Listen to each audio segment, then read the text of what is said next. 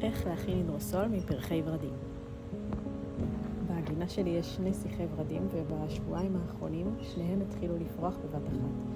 הצצתי בגינות של השכנים וראיתי שגם אצלם הכל מלא בפריחה, אז הבנתי שזה זמן מעולה להראות לכם איך מכינים להם הידרוסול. אז מה זה בעצם הידרוסול? ברפואת הצמחים זהו תוצר הזיקוק העדין ביותר. בתהליך הזיקוק אנחנו בעצם מפרידים בין השמן האתרי למי הזיקוק, שזה ההידרוסול שלנו. בעוד שהשמן הוא עוצמתי ומרוכז מאוד, ההידרוסול מכיל את הרכיבים המססים במים של הצמח, והתוצאה היא מים ארומטיים נעימים שמשמשים כמי פנים, הגעה לאור או כבסיס לרוקחות.